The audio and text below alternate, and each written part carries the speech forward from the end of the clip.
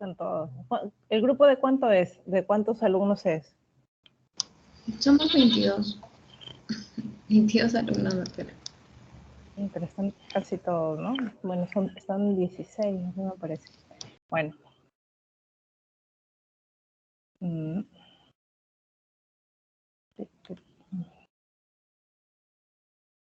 Ya. Bueno, buenos días con todos. Mi nombre es Erika Noriega, soy médico reumatólogo del Hospital Almenara. Algunos de ustedes les he enseñado en semiología general y bueno, ahora vamos a empezar con lo que es inmunología.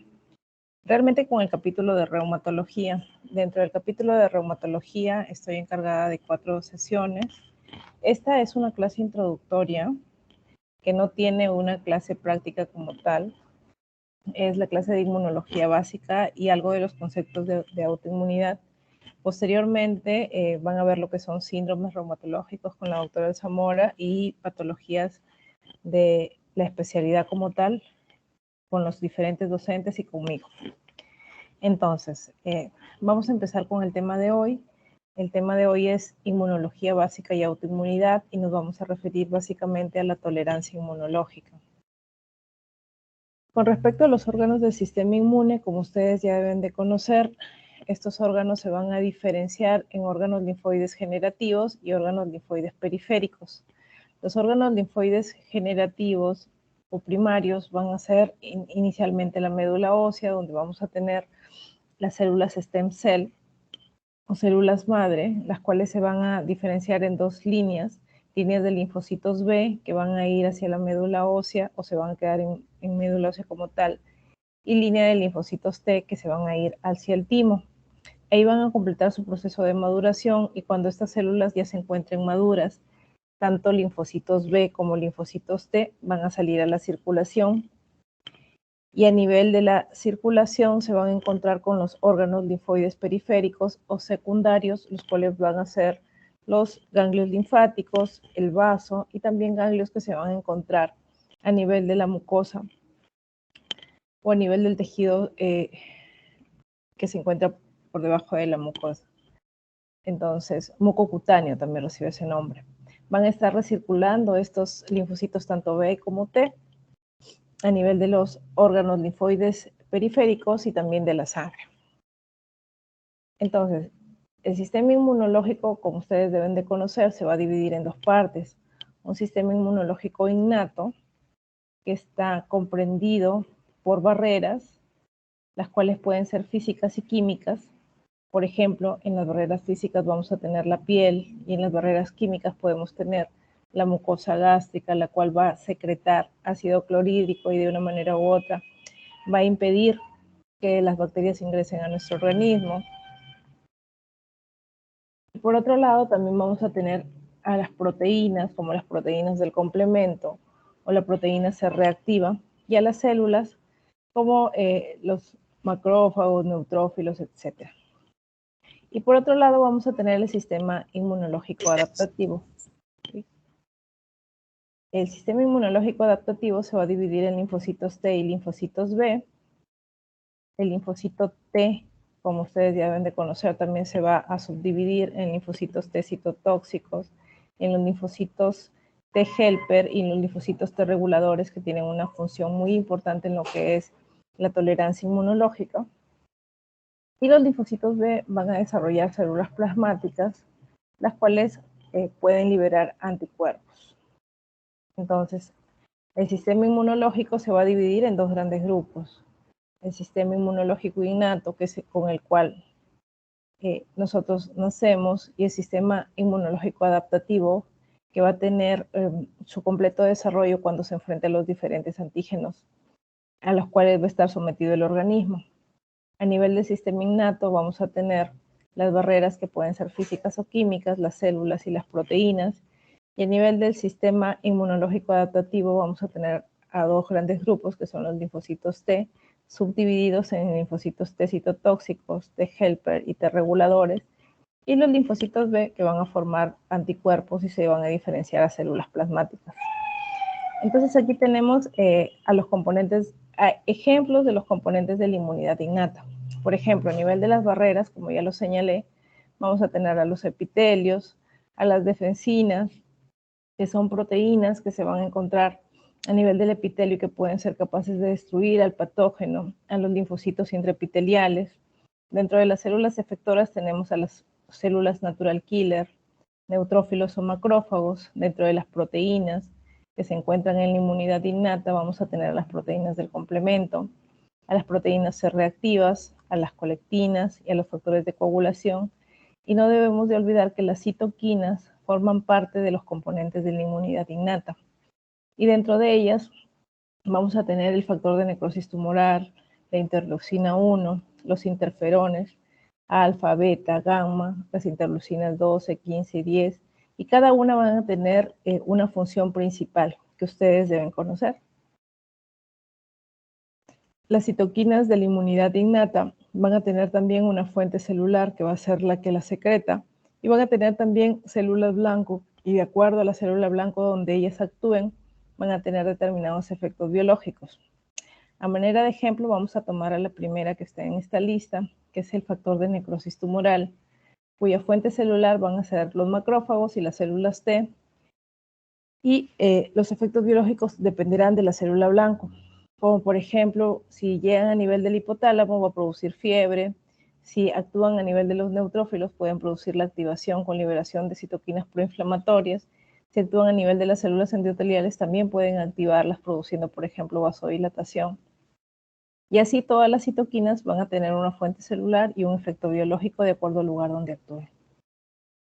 Entonces, a manera de resumen, lo que sucede es que ante un antígeno, supongamos que este es un microorganismo que logra vencer la primera barrera que debería ser el epitelio, que forma parte del sistema inmune innato, se van a liberar a nivel del tejido celular subcutáneo una serie de antígenos que van a ser digeridos por las células dendríticas. Estas células dendríticas con el antígeno en su interior van a viajar por medio de los vasos linfáticos, van a llegar al ganglio por medio del vaso aferente y a nivel del ganglio linfonodo, que forma parte de los órganos linfoides secundarios, se va a encontrar con linfocitos T y B vírgenes, y de esta manera se va a producir la activación de este tipo de linfocitos, y con la activación se va a producir una diferenciación y una expansión clonal de la célula, tanto de linfocitos T como de linfocitos B. Y finalmente estas células, que vienen a ser células efectoras, van a viajar por medio de la circulación y van a producir una liberación de citoquinas proinflamatorias que les va a permitir, y anticuerpos que les va a permitir defenderse de ese antígeno. Y finalmente van a lograr eliminar al antígeno. Pero lo que también ocurre y que es muy importante es que se van a formar linfocitos de memoria. Y estos linfocitos de memoria se van a encontrar a nivel circular y a nivel del tejido linfoide.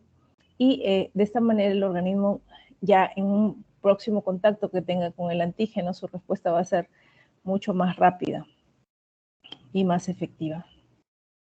Por respecto, tienen que saber que para que se produzca la respuesta se van a unir los linfocitos T con las células presentadoras de antígeno, no solo mediante el complejo mayor de histocompatibilidad, sino que existen una serie de señales coestimuladoras, dentro de las cuales, por ejemplo, vamos a tener el CD28, que se une con el B7, o los antígenos leucocitarios funcionales, que se van a unir con otros correceptores. Y esta unión es muy importante, ya que estas señales pueden ser coestimuladoras o pueden a la vez producir la inhibición de la respuesta inmune. Estas células coestimuladoras también, estas proteínas coestimuladoras también reciben el nombre de integrinas. Entonces, por ejemplo, aquí tenemos a los activadores, que puede ser la unión del CD28 con el B7 o B7-1 o B7-2 por parte de la célula presentadora de antígeno, pero a la vez estos dos receptores, si se unen con el CTLA4, que es una proteína de membrana que se encuentra a nivel del linfocito T, se produciría más bien una respuesta inhibidora de la respuesta inmune.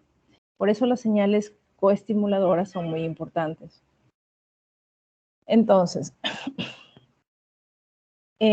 con respecto al tiempo de exposición del antígeno, inicialmente la magnitud de respuesta de las células T va a ser muy alta, pero con el paso del tiempo esta respuesta va a disminuir y la expansión de células también va a disminuir. Y finalmente estas células van a morir mediante el proceso de apoptosis. Pero lo que tenemos es que a lo largo del tiempo van a sobrevivir o se van a comenzar a formar células de memoria, las cuales van a responder a una próxima presentación del antígeno de una forma más rápida. ¿Hasta ahí tienen alguna pregunta?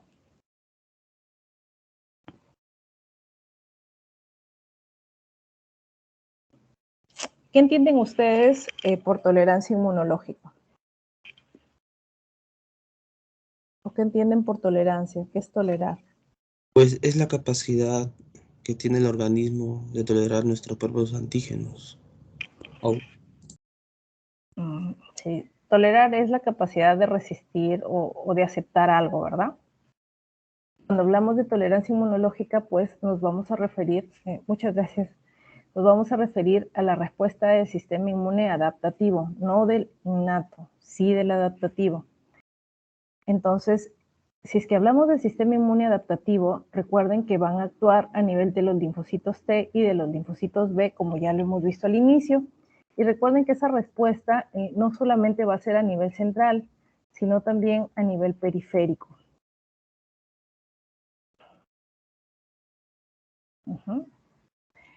¿Qué pasa? Aquí tenemos a los linfocitos T citotóxicos y aquí tenemos a los linfocitos T helper o T4 y acá los T8. ¿Y qué pasa con linfocitos T reguladores? Esos linfocitos T reguladores van a actuar directamente en lo que es tolerancia inmunológica. Entonces, como bien lo dice su compañero, la tolerancia inmunológica viene a ser una incapacidad de producir una respuesta específica frente a un antígeno, ya sea propio o extraño. Y esto generalmente se va a dar cuando se induce por el contacto previo con este antígeno. ¿Y ustedes piensan que la tolerancia inmunológica es buena o es mala? ¿Qué creen ustedes? Es buena. Es buena. ¿Y por qué será buena? Porque si tolera a nuestros propios componentes, evita una respuesta autoinmune en este caso. Claro. Y por ejemplo, en el embarazo que hay antígenos extraños, o sea, esa respuesta de tolerancia no solamente va dirigida a antígenos propios, también puede ser antígenos extraños. Si es que va por antígenos, imagínense que no hubiera tolerancia inmunológica para los bebés que tienen antígenos extraños. Entonces se podría producir hasta la muerte del niño. Entonces la tolerancia inmunológica es un sistema que nos ayuda, que ayuda a frenar la respuesta del sistema inmune frente a un antígeno específico. Ahora, hablamos de autotolerancia cuando esta tolerancia se refiere a los antígenos propios del organismo. Traten de apagar sus micros, si no vamos a encontrar eco. Entonces, si falla esta autotolerancia, se va a producir la autoinmunidad. Y la ignorancia inmunológica viene a ser la incapacidad que tiene el organismo para reconocer antígenos, ya sea propios o extraños. La tolerancia inmunológica va a tener una serie de características. En primer lugar, va a ser específica a un antígeno. Puede darse en linfocitos B, en linfocitos T o en ambos. Puede darse a nivel central o a nivel periférico, como ya lo hemos visto. Si hablamos de nivel central, nos referimos al timo y a la médula ósea. Y si hablamos de órganos linfoides periféricos, nos referimos a los ganglios linfáticos o a los ganglios que se encuentran a nivel mucocutáneo. Va a depender mucho del estado de maduración de los linfocitos. Generalmente se va a desarrollar en la etapa fetal. Generalmente se debe de perder tras la eliminación del antígeno y se caracteriza por tener especificidad y memoria. Entonces, normalmente lo que sucede cuando estamos frente a un antígeno inmunogénico es que nuestras células inmunes se activen y estas proliferen y se diferencien. Entonces, cuando estamos frente a un antígeno que es propio o tolerogénico, lo que debería pasar es que si es que este antígeno es nuestro, debería haber una tolerancia inmunológica, y la tolerancia inmunológica se va a dividir en dos partes. Una va a ser la apoptosis o delección celular, que termina en la muerte de esa célula que no tolera el propio antígeno. Y la otra debería ser la anergia o la falta de respuesta funcional. La célula sigue viva, pero simplemente no cumple una función. Y en la ignorancia inmunológica frente a un antígeno simplemente no existe ningún tipo de respuesta. Entonces, la tolerancia inmunológica la vamos a establecer en dos niveles, a nivel central y a nivel periférico. A nivel central hablamos de los órganos linfoides generadores, que van a ser el timo y la médula ósea, que sean capaces de reconocer estos autoantígenos. ¿Y cómo se va a realizar el proceso de tolerancia central? Se va a realizar mediante dos mecanismos. Un mecanismo es el de elección clonal, que va a terminar en apoptosis o muerte celular, y el otro mecanismo va a ser la edición del receptor. Y cuando hablamos de la tolerancia periférica, va a ser aquella que se lleve a cabo tanto en linfocitos B como en linfocitos T, y a nivel de órganos linfoides periféricos. ¿Cuáles van a ser estos? Los ganglios linfáticos, como ya dijimos, que también pueden estar localizados a nivel mucocutáneo y también a nivel del vaso. ¿Y qué pasa en la tolerancia periférica? Se pueden producir procesos de anergia clonal. Anergia clonal significa que simplemente, la célula sigue viva, pero tiene falta de respuesta funcional, eliminación por apoptosis, y también en el caso de los linfocitos T se puede producir una respuesta supresora directamente por estas células que van a ser reguladoras. Y este mecanismo lo tiene la línea de células T, pero no la línea de células B. Entonces, a manera gráfica, vamos a tener los órganos linfoides centrales, que como ya dijimos, van a ser la médula y el timo. Estos van a tener en su interior linfocitos inmaduros, y estos linfocitos inmaduros van a comenzar a madurar como redundancia a nivel de estos órganos, y si es que estos no van a ser específicos de los autoantígenos presentes en los órganos linfoides centrales, van a continuar su camino hasta llegar al órgano linfoide periférico. Pero ¿qué pasa con aquellos que sí respondan a autoantígenos? Pues van a pasar a lo que se llama selección negativa, y van a producirse procesos de delección clonal o apoptosis. Y de esta manera se establece lo que es la tolerancia a nivel central. Entonces, en el grupo de linfocitos maduros que lleguen a los órganos linfoides periféricos y actúen frente a antígenos que son extraños, se va a permitir una respuesta inmunitaria a estos antígenos porque es lo normal. Pero si es que actúan frente a autoantígenos, se puede producir también la apoptosis o también los procesos de anergia clonal, y aquí se va a establecer lo que es la tolerancia periférica. Entonces, si hablamos de los mecanismos de tolerancia central, vamos a encontrar que a nivel del timo tenemos la línea de linfocitos T. Estos linfocitos T van a tener en su membrana el Toll Cell Receptor, que es la proteína que le permite unirse al complejo mayor de histocompatibilidad de la célula dendrítica. Si es que ella reacciona a autoantígenos, el 98% de estas células van a pasar a una selección negativa y se va a producir apoptosis de estos limocitos autorreactivos con la finalidad de que no destruyan nuestros propios antígenos, y deberían salir solamente aquellos que tienen selección positiva. Acá vamos a tener otro grupo de células que van a ser los linfocitos T reguladores, los cuales van a expresar en su membrana una proteína que recibe el nombre de FOXP3, y si la tienen en membrana van a formar las células T reguladoras, y si más bien tienen otro tipo de marcadores como el CD4 y CD8, van a formar los linfocitos T o linfocitos T8. Y si es que estos linfocitos, cuando ya están maduros, reaccionan a autoantígenos mediante la acción de la célula dendrítica, la célula T reguladora es capaz de inhibirlas directamente. ¿Y cómo lo va a lograr? Mediante la liberación de citoquinas proinflamatorias, como por ejemplo la interleucina 2. Esto sería lo que pasa con lo que es la tolerancia central y periférica de los linfocitos T. ¿Y ahora qué pasa con los linfocitos B? Los linfocitos B van a tener una serie de presentaciones inmaduras, como por ejemplo el ProB, PreB, Y ya cuando presentan una inmunoglobulina de membrana, que es la IgM, van a formar lo que son las células vírgenes del tipo P, y estas deberían pasar a formar centros germinales.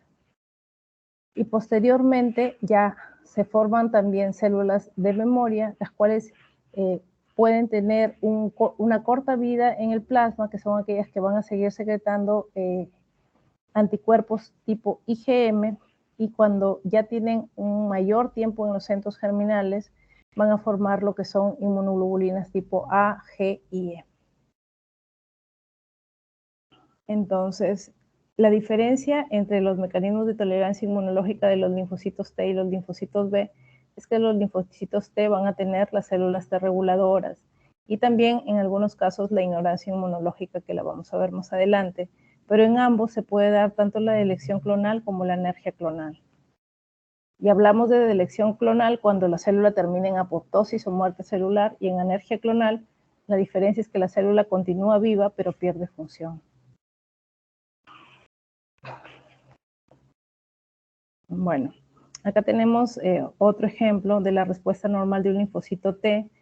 Como ya vimos, el linfocito T con su receptor TCR se va a unir a la célula dendrítica. Van a haber señales coestimuladoras, como en este caso el B7 por parte de la célula dendrítica y el D28 por parte del linfocito T, y va a terminar en la proliferación de estos linfocitos T y efectores de memoria. En la anergia simplemente se va a producir una inhibición, la célula sigue viva, pero hay una falta de respuesta funcional. En la delección o apoptosis se va a producir una muerte celular inducida por la activación frente a autoantígenos. Y en la supresión hablamos de la acción del linfocito T regulador, aquel que tenía en su membrana FOXP3, el cual es capaz por sí solo de producir el bloqueo de la activación de la célula T autorreactiva.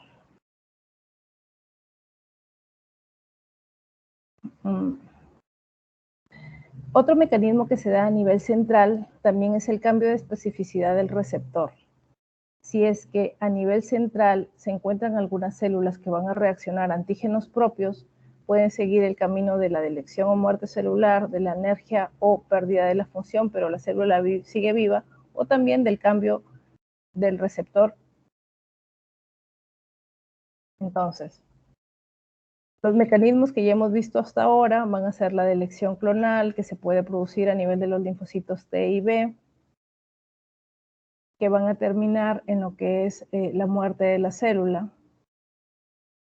A nivel de los linfocitos T, recuerden que hay dos fases. Una primera fase de selección positiva, en la cual se eliminan los timocitos CD4 y CD8 que no reconocen al propio complejo mayor de histocompatibilidad, y el resto de timocitos van a pasar a la segunda fase, que es la fase de selección negativa, en la cual se van a eliminar por apoptosis aquellos que tengan una gran avidez por autoantígenos. Y la delección clonal también se va a dar a nivel de los linfocitos B, y se va a dar en células inmaduras, que son aquellas que tienen IgM de membrana.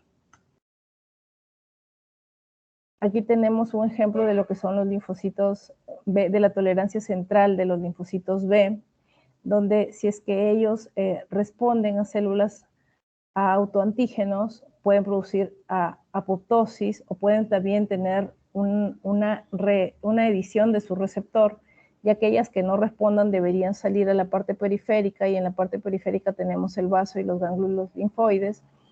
Y algunos de ellos, si es que siguen siendo autorreactivos, van a pasar a anergia, no mueren, siguen vivos, pero no tienen función. Otros pueden morir, y otros simplemente que sean autorreactivos se van a excluir de que se formen a nivel folicular.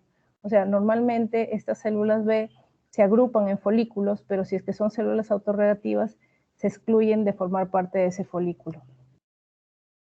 Con respecto a la edición del receptor, hay receptor tanto a nivel de los linfocitos T, que ya hemos visto que es el TCR o Toll Cell Receptor. Entonces, en aquellos timocitos que van a tener una gran avidez por un autoantígeno unido al complejo mayor de histocompatibilidad, este Toll Cell Receptor puede ser modificado mediante este mecanismo de edición de receptor. Pero eso también va a suceder con los linfocitos B. El receptor de los linfocitos B va a recibir el nombre de RAG1 o RAG2, que van a ser genes activadores de la recombinación. Si es que estos van a ser capaces de reconocer autoantígenos, lo que se hace es reordenar estas cadenas ligeras y pesadas de estos genes y van a dar lugar a un nuevo receptor de células B. Ahora, si estos receptores no reconocen autoantígenos, significa que el linfocito B va a ser maduro y puede salir a la circulación sanguínea, pero si es que sí lo reconoce y tiene acción, se va a eliminar por apoptosis. Entonces acá tenemos el reconocimiento de antígeno propio con una avidez alta, es decir, un linfocito B autorreactivo que puede seguir el camino de la apoptosis por eliminación o puede seguir otro camino que es la de edición del receptor. Cuando se forma la edición del receptor no muere la célula, pero sí logramos un linfocito B que no sea autorreactivo y de esa manera es seguro y puede salir al tejido periférico. Y por otro lado, si es que hay un reconocimiento de antígeno propio, pero con una avidez baja, también se puede producir lo que es la anergia o un bloqueo de señal, mediante el cual el linfocito B sale a la parte periférica, pero no tiene función. Otro mecanismo que hemos visto es el de anergia clonal. El de anergia clonal se va a deber a que hay una ausencia de la segunda señal. Como vimos, si bien es cierto, la unión del receptor es importante con el complejo mayor de histocompatibilidad, también es importante la presencia de la coestimulación o de estas moléculas integrinas que pueden producir respuestas activadoras o inhibitorias. Como resultado de esto, si es que hay una ausencia de la segunda señal, simplemente el linfocito no se activa, se va a volver anérgico y puede morir por apoptosis. El ejemplo que tenemos acá es tanto de los linfocitos B como los linfocitos T. Normalmente ellos se activan cuando está su célula, su BCR o receptor de células B, se une a lo que sería el complejo mayor de histocompatibilidad, pero siempre y cuando hayan moléculas coestimuladoras, perdón, estoy en esta de acá, moléculas coestimuladoras como el CD28 y el CD8086, pero supongamos que falta la molécula coestimuladora en la célula presentadora de antígeno. Entonces se produciría lo que es una anergia clonal. Igual pasa con los linfocitos B. Normalmente los linfocitos B se activan en contacto con los linfocitos T. Y también van a haber señales coestimuladoras. Y si una de ellas falta, se va a producir lo que sería una anergia clonal. Acá tenemos más ejemplos de las señales coestimuladoras. Una respuesta normal es que la célula dendrítica que une su complejo mayor de histocompatibilidad con el Toll Cell Receptor tenga señales coestimuladoras como el CD28 por parte del linfocito T que se une al B7, y esto va a producir en una respuesta normal una proliferación y diferenciación del linfocito. Pero si es que no tenemos esa señal coestimuladora, se va a producir un linfocito enérgico. O si se une a señales coestimuladoras que más bien son inhibitorias, se va a producir un linfocito T no reactivo o anérgico. El otro mecanismo que se da en los linfocitos T es el de la ignorancia clonal. Los linfocitos autorreactivos van a coexistir con el autoantígeno, pero van a permanecer inactivos por dos motivos, o porque hay una baja afinidad por el autoantígeno, o porque haya una baja concentración de autoantígenos. Y finalmente, el último mecanismo que se da en los linfocitos T es el de los linfocitos T reguladores, los cuales van a ser supresores de la respuesta inmune. Generalmente la acción la hacen a nivel periférico y van a inhibir el linfocito T autorreactivo que responda a autoantígenos. Ese es un mecanismo de protección realmente, ¿no? Entonces, como ya hemos dicho, a nivel del timo, si encontramos algún tipo de linfocito T que reconozca a un propio antígeno, estos pueden tener a nivel de su membrana el FOXP3 y convertirse en células T reguladoras, las cuales van a producir inhibición de la activación de estos autoantígenos, ya sea a nivel central como también a nivel periférico. Y la función de este linfocito T regulador o T supresor va a darse gracias a la liberación de la citoquina proinflamatoria o interleuquina 2.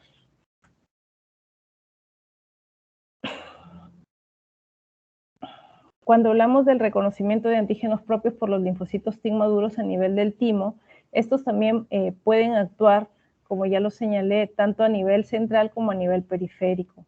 A nivel central participan en la selección negativa mediante la eliminación de células que sean autorreactivas y estos linfocitos sean inmaduros.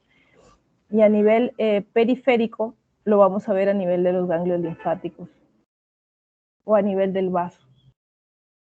Esto es más de lo mismo. Y este sí viene a ser un gráfico acerca de cómo se produce la apoptosis. Recuerden que la apoptosis va a tener dos vías, una vía intrínseca o vía mitocondrial y una vía extrínseca que se va a dar por la unión del Fas con Fas ligando. De esta manera se puede producir la destrucción de la célula. Y la otra forma, que es la vía intrínseca, es mediante la liberación a nivel mitocondrial de caspasas, las cuales van a producir la fragmentación del ADN, y de esa manera se produce la apoptosis de la célula. Entonces, manera de resumen, recuerden que los linfocitos T tienen su principal lugar de tolerancia va a ser a nivel del timo, si hablamos a nivel central, y a nivel periférico, vaso y ganglios linfáticos. En el caso de los linfocitos B, a nivel central sería la médula ósea y a nivel periférico, vaso y ganglios linfáticos. ¿En qué estadio de la maduración se produce esta tolerancia? Pues a nivel central, cuando son CD4 y CD8 dobles positivos, y a nivel central de los linfocitos B, cuando son aún inmaduros con un IgM positivo. ¿Por qué se produce esta tolerancia a nivel central? Porque hay una avidez alta de reconocer autoantígenos a nivel del timo. A nivel periférico, ya sea porque hay señales coestimuladoras que se pierden, o estas señales coestimuladoras son más bien inhibitorias.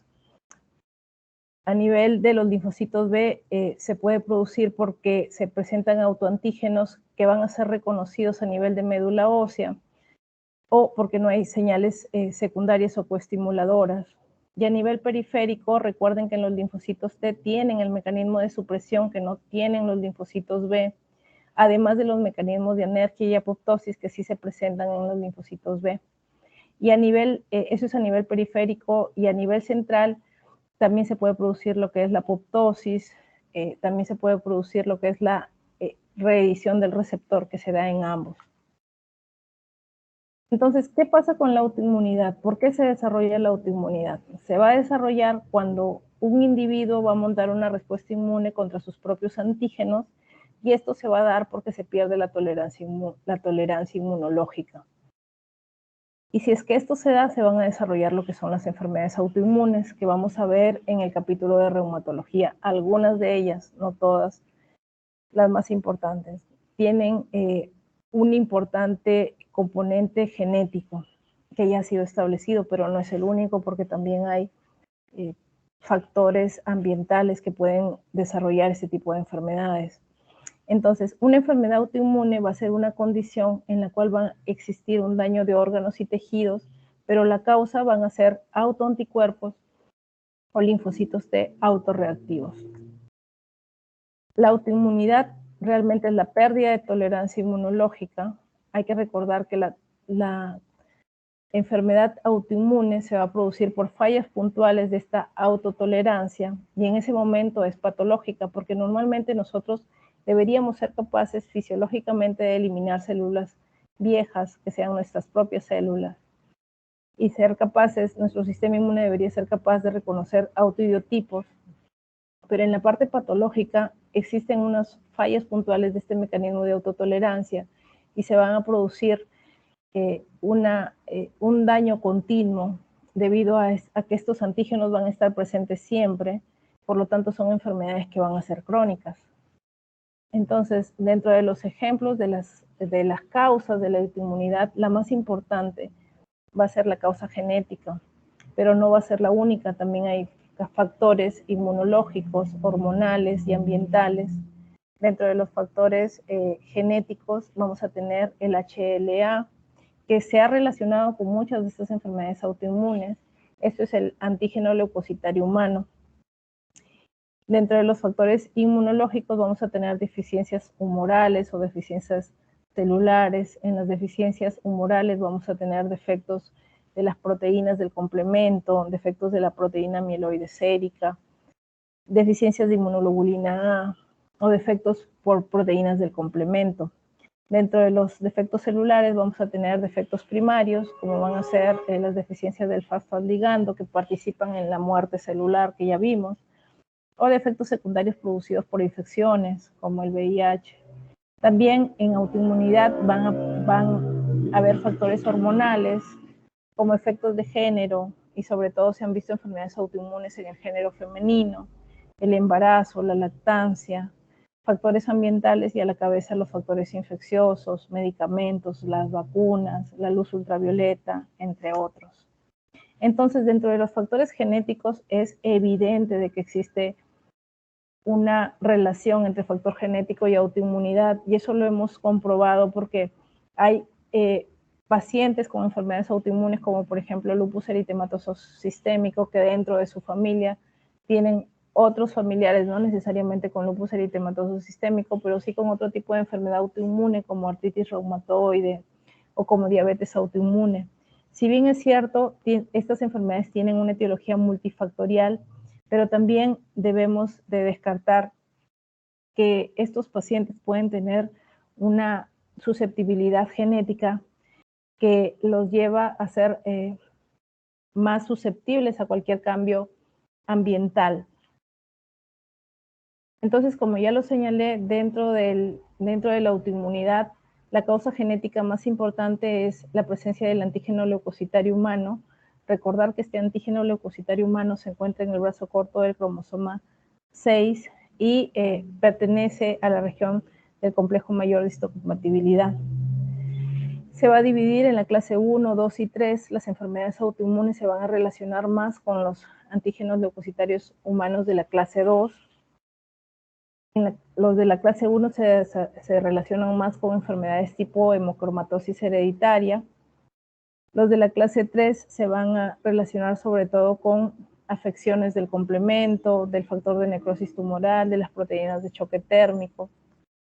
Entonces aquí vamos a tener una serie de enfermedades autoinmunes que van a estar asociadas con moléculas del HLA o antígeno leucocitario humano clase 2. Las que vamos a ver nosotros van a ser artritis reumatoide, que tiene relación con el HLA clase 2 DR4, el lupus eritematoso sistémico, que debemos de ver mañana, que tiene relación con el HLA clase 2 DR3, y bueno, con las otras doctoras de repente, conmigo van a ver también esclerosis sistémica, perdón, y con las otras doctoras quizás vean otra de estas enfermedades. Y bueno, es un resumen un poco de lo que es tolerancia inmunológica y sistema inmunológico. ¿Tienen alguna duda?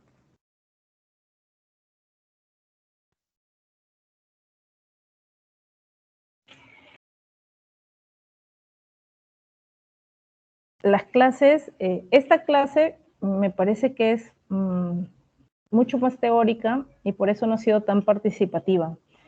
Pero la idea es que en este semestre ustedes tengan clases participativas. ¿Qué quiere decir clases participativas? Quiere decir de que ustedes tienen que ir anticipando lo que viene en la sesión. Y eso lo vamos a hacer a partir de mañana. Mañana tienen conmigo lupus eritematoso sistémico, así que procuren leer. Yo no sé si la doctora Pilar les llegó a subir su libro de Harrison. Creo que sería bueno que utilicen el Harrison para este segmento, porque tiene bastante información que les podría ayudar. Así que mañana vamos a hacerlo más participativo. Lean acerca de lupus, ¿ok?